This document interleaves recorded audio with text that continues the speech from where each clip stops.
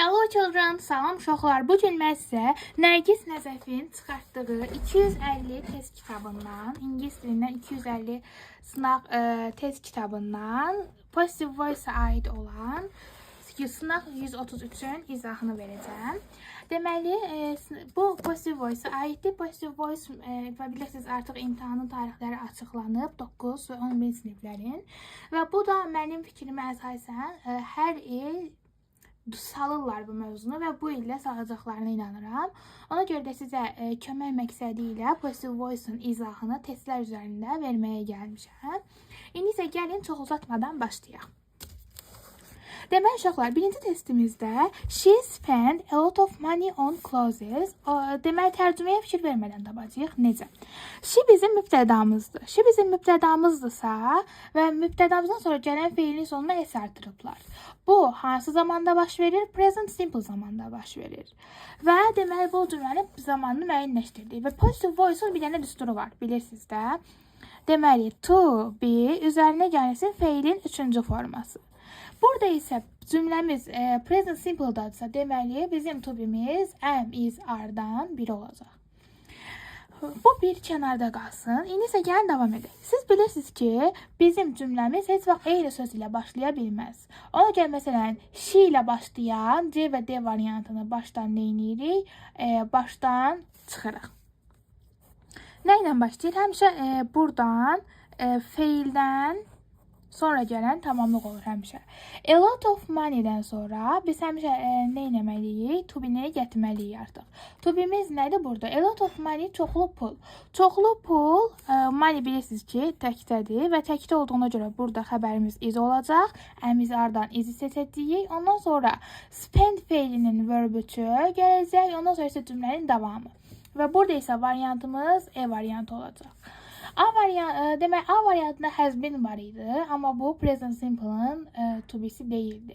B variantında was were var idi, bu keçmiş zamanın to be'sidir. Bu indiki bitmiş zamanın to be'si olduğuna görə bizim doğru variantımız nə olur uşaqlar? Doğru variantımız E variantı olur. İndi isə gəlin ikinci testə baxaq. Yenə birinci əsas cümləmizin nəyini, zamanını təyin edəcəyik. Yenə mübtədamızdan sonra sonu s ilə bitən bir dənə əsas feilimiz gəlib. Deməli, bu hansı zamandadır uşaqlar? Present simple zamanındadır. Present simple'ın to be'si isə nədir? Am, is, are-dır. Və bunu yadda saxlayırıq. Ondan sonra baxırıq. Heç bir zaman cümlə eyni söz ilə başlamaz. Ona görə my brother ilə başlayan D variantını ən başından silirik. Ondan sonra biz demişdik ki, am, is, are da bu zamanın to be'si. Variantlarda was var, A variantı ona görə gedir. Has been var, C variantı ona gedir. Və biz demişik ki, am, is, are da düzdürmü? Am, is, are'dan sonra be deməmişik. Be olduğuna görə E variantı da gedir. Cavabımız nə vaxt olur? Cavabımız B variantı olur. İndi isə gəlin üçüncü testə baxaq. Yenə üçüncü testdə my sister, mənim bacımdan sonra yazmaq feilinin sonuna s artırıblar. Bu zaman nə olacaq artıq? Bunun yenə present simple'da olduğunu və present simple'da olanların isə to be'sinin am, is, are olduğunu bilirik. Və sonra baxırıq ki, bütün variantlarda elə feildən sonra gələn tamamlıqla report ilə başlayıb. Deməli, yəni artıq burada mübtədamızı işə salırıq. Daha doğrusu to be'mizi am, is, are işə salırıq. A variantında was var. Bu keçmiş zamanındır. Getdi. B variantında isə heç görürsünüz ki, to be yoxdur. Ona görə getdi. Ondan sonra C variantında has var. Ona görə getdi. Ondan sonra isə D variant doğru cavabdır. Çünki is var və isdən sonra bizim write feilimizin 3-cü forması written gəlib. Və E variantında isə has been var. Bu da am, is, are-dan biri deyil. Yəni indiki zamanın deyil, bitmiş zamanın to be'sidir. İndi isə gəlin 4-cü cümləyə baxaq. Yenə baxırıq, hamısı feildən sonra gələn tamamlıq ilə başlayıb. İndi ona görə cümləmizin zamanına baxırıq. Deməli, they bizim mübtədamızdır. Build isə verb 1, yəni verb 1-də olan bir feil ilə ifadə olunub. Bu isə yenə present simple'da olduğunu işarə edir. Unutmayın uşaqlar, present simple'ın düsturları var. Məsələn, subject plus verb 1 present simple'ın təsdiq zamanının düsturudur. Bu zaman mübtədamız I, U, V, D olur. Amma subject plus verb 1 sonuna s, es və yaxud is artıranda isə mübtədamız he, she, it olur. Bu da present simple-ın təsdiq cümləsinin düsturudur. Burada da isə bu subject plus verb bir zamanına uyğun gəldiyinə görə indiki zamandadır. İndiki zamandadırsa bizə am, is, are-dan biri lazımdır. Deməli, ona görə nə edirik? Baxaraq. Burada A variantında am, is, are-a aid heç nə görmürük. Ona görə A variantını silirik. B variantında were var, keçmiş zamanında silirik. C və D variantını saxlayırıq. E variantı isə have been var. Yəni indiki zamana aid deyil. Silirik. İndi və biz baxırıq ki, D variantında are-dan sonra been var. Uşaqlar, biz present simple, əgər əsas cümləmiz present simple-dadırsa, bizdə o zaman are-dan sonra been-ə ehtiyac yoxdur. Ona görə D variantında silirik, yerdə qalır C. Unutmayın, əsas cümləmiz present simple-dadırsa, bizim yalnızca am, is, are-dan sonra birbaşa feilin 3-cü forması lazımdır. Bizə been, falan və s. lazım deyil. İndi isə gəlin 5-ci testə baxaq. 5-ci testdə isə they teach English as a second language in many countries. Yəni burada baxırıq, they nədir? Mübtədamdır. Ondan sonra isə teach feilin birinci forması gəlir. Mübtədanın üzərinə feilin birinci forması gəlmək düsturu, yəni subject plus verb bir düsturu present simple-ındadır. Ona görə bu cümləmiz yenə present simple-dadır. Yenə variantlarda am, is, are, sonra isə əsas feili axtaracağıq. Amma ondan öncə biz nəyi çıxa bilərik? Mübtədamız D ilə başlayıb, düzdürmü? Və bir cümlə eyni söz ilə başlaya bilməz.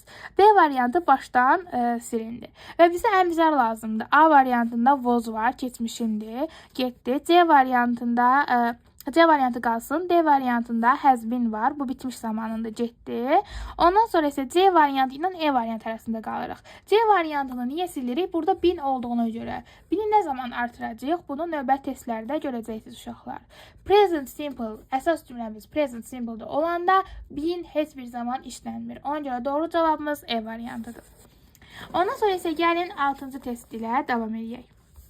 6-cı testdə isə yenə mübtədamız Jack'dir, oğlan addır. Ondan sonra isə feilin sonuna s, is, is artırılıb. Deməli, bu zaman yenə bu indiki zamanın təsdiq cümləsindədir. Və bizə yenə am, is, are üzərinə gəlsin verb 3 lazımdır. Bu zaman nə edirik? Baxırıq. Jack ilə başlayan bir dənə cümlə var D variantında. Onu silirik. Yerdə A, B, C, E variantlarımız qalır. Baxırıq A variantında have been işlənir. Bu yanlışdır. Ondan sonra C variantında were işlənir. Bu yanlışdır. Ondan sonra E variantında artıq siz bilirsiniz. Been işlənib. Bunu da silirik. Yerdə bizim B variantımız doğru variant olaraq qalır. İndi isə gəlin 7-ci suala baxaq. 7-ci sualda isə yenə they, mübtədam, üzərinə verb 1 gəlib. Artıqca bayaqdan dediyim kimi bu nədir? Bu indiki zamanın düsturudur. Bizə am, is, are lazımdır. B variantında was var, C variantında has been var, D variantında is'dən sonra been olduğuna görə, E variantında isə variantında isə görürsünüz D ilə başlayıb birbaşa. Ona görə silirik və yerdə A variantı doğru variantımız olaraq qalır. 8-cidə isə my sister mübtədasından sonra feilin sonuna s artırılıb. Deməli, bu indiki zamandadır. İndiki zamandadırsa bizə am, is, are lazımdır. Deməli, bu baxırıq A variantına. Have var, getdi. C variantına baxırıq. Were var, getdi. D variantında have been var. E variantda isə are var, amma ondan sonra been var deyə səhvdir. E variantı ona görə gedir. Doğru cavabımız nə olur uşaqlar? Doğru cavabımız B variantı olur. 9-cu sualda isə yenə mübtədadan sonra feilin sonuna s artırıldığını görürük. Yenə bizə am, is, are lazımdır. B variantında were var. C variantı qalsın. D variantında have been var. Ondan sonra E variantı eyni söz ilə başlayıb, this sözü ilə başlayıb. Ona görə silirik. A variantında isə are var, amma are'dan sonra been var deyə silirik. Yerdə qalır C variantı. Deməli, C variantı nədir? C variantı doğru variantdır. 10-cu suala baxırıq. 10-cu sualda isə yenə burada uşaqlar artıq usually gördüyünüzdə onun indiki zamanda olduğunu anlamamız çox da uzun sürməməli. Deməli 90% indiki zamandadır. Və indiki zamanda olduğundan daha əmin olmağınız üçün mübtədadan sonra birbaşa verb 1 gəlib. Bu artıq düsturdur. Düsturdur da deyə nə edirik? Biz am, is, are axtarırıq.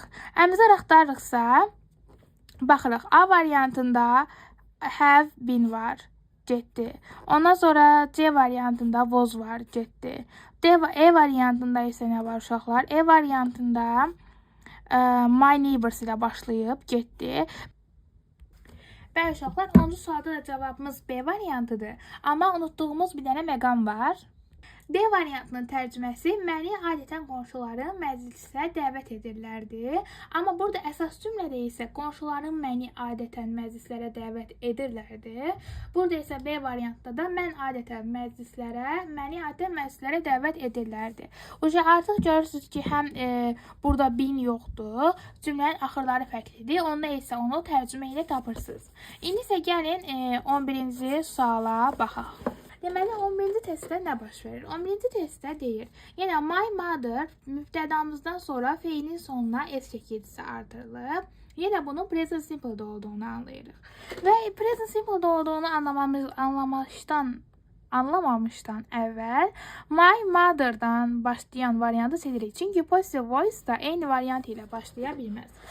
Bu variantı sildikdən sonra artıq baxa bilərik. Present simple'dadır, bizə am, is, are lazımdır. E variantında were var, gedir. Ondan sonra A variantında isə have been var, gedir. Və aynen E variantı sildikdən sonra biz C və D variantına baxırıq. D variantında isə ardan sonra bin gəldiyinə görə gedir. Deməli, doğru cavabımız nədir? Doğru cavabımız C variantıdır uşaqlar. Bu səhifədə də durumu burada yerində. Aha, 12-ci suala baxırıq. Biraz kamera tərbəşə bilər, üzr istəyirəm. 12-ci sual uşaqlar. They plant one tree every year. Deməli, mübtədamızdan sonra verb birbaşa verb bir gəlib. Artıq bayaqdan dediyimə görə bu present simple'dadır. Bizə am, is, are lazımdır. Amma ondan əlavə D ilə başlayan E variantını silirik. Baxırıq, A variantında was var, D variantında A variantında was var, bu ikisini sildik. D variantında isdən sonra bin var, sildik. Artıq B və C variantında qalırıq. Görürük ki, bura kimi hər şey eynidir. İndi isə bu zaman artıq məna fərqinə baxacağıq. Onlar hər il bir ağac neynirlər, tikirlər. Deməli, onlar tərəfindən tikilir, düzdürmü? One tree is planted by them every year. Yəni, onlar tərəfindən tikildiyinə görə biz bura by sözünü artırmalıyıq. Ona görə də burada cavabımız uşaqlar B variantı olur. İndi isə gəlin 10-cu testlə izahımıza davam edək. Açın videomu böldükdən sonra 10-cu test ilə davam edə bilərik uşaqlar. Deməli, 10-cu testdə Santa Claus mübtədadır. Ondan sonra feilin sonunda S var. Yenə bu indiki zamana işarədir. Amma indiki zamana işarə olmazdan əvvəl eyni mübtəda ilə başlayan E variantını silirik. Ondan sonra isə gəlin baxaq. Deməli, bizə nə lazımdır? Am, is, are lazımdır. A variantında ardan sonra bin var. O variantı silirik. Ondan sonra isə baxıram. Burada nə var? D variantında have been var. Silirik. B və C variantı arasında qalırıq. Yenə mənaya baxacağıq.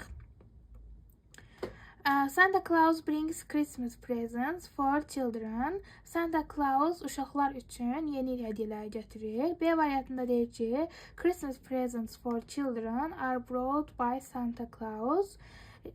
Uşaqlar üçün yeni il hədiyyəsi Santa Claus tərəfindən gətirilir. Christmas presents are brought by children.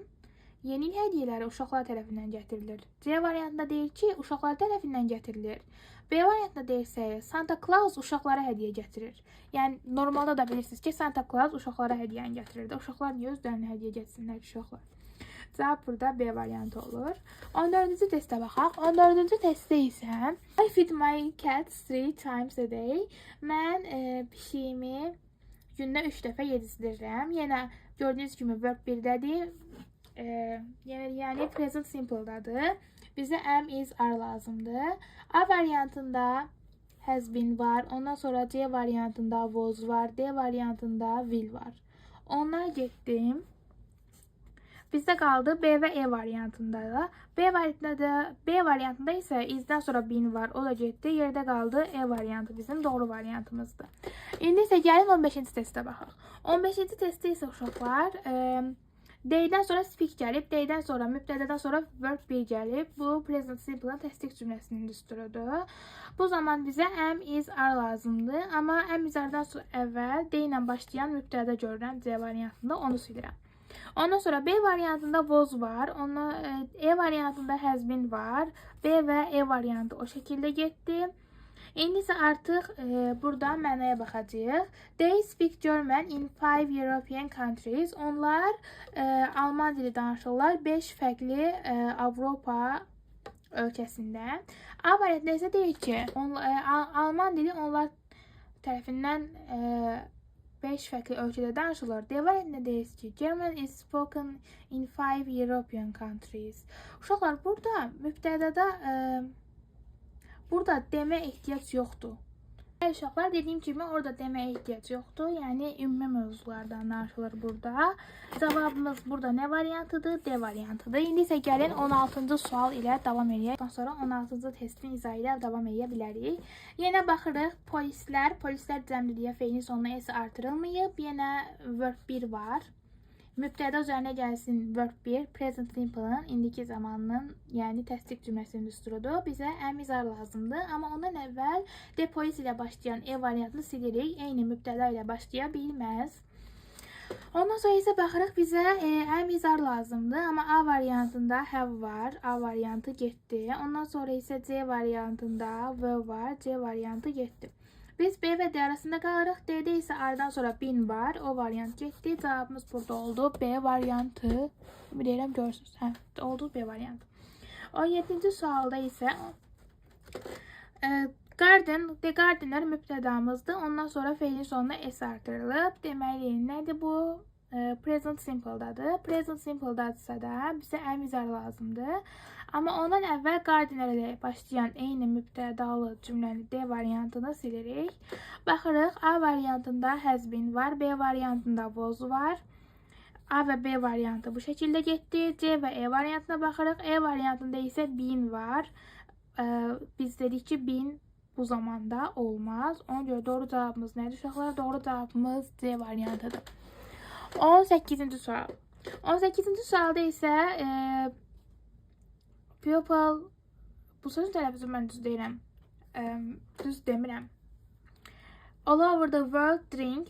Deməli, drink verb 1-dir. Bu da bizim mübtədamızdır. Yenə indiki zamanın təsdiq cümləsinin düsturudur. Amma ondan öncə pupil ilə başlayan D variantını silirəm. Bizə am, is, are lazımdır. Çünki bu indiki zamandadır. Am, is, are lazımdırsa B variantındakı was, C variantındakı has been gedir. Və A ilə E variantı arasında qalırıq.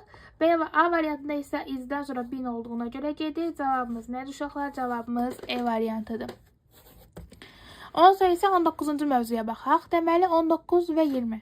19-cuda isə D-dən sonra make var. Yəni mübtədədən sonra nə var? Mübtədədən sonra verb 1 var. Bu indiki zamanın təsdiq cümləsinin düsturudur. Bu zaman nə edirik uşaqlar? Bu zaman biz am, is, are axtarırıq. Amma ondan əvvəl baxırıq eyni mübtəda ilə başlayıb deyə E variantını bu başdan silirik.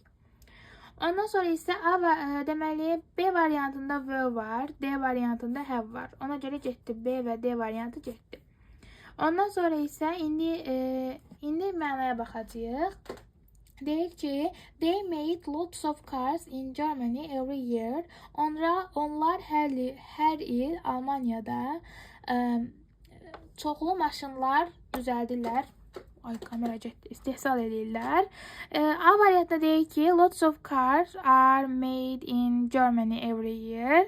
Çoxlu maşınlar Almaniyada həmişə düzəldilir. C variantında deyir ki, onlar tərəfindən Almaniyada hər il müxtəlif maşınlar düzəldilir. Burada kim tərəfindən vurğulanmadığına görə bizim demə ehtiyacımız yoxdur. Ümumi danışılır. Ona görə buradakı doğru cavabımız uşaqlar A variantı olur.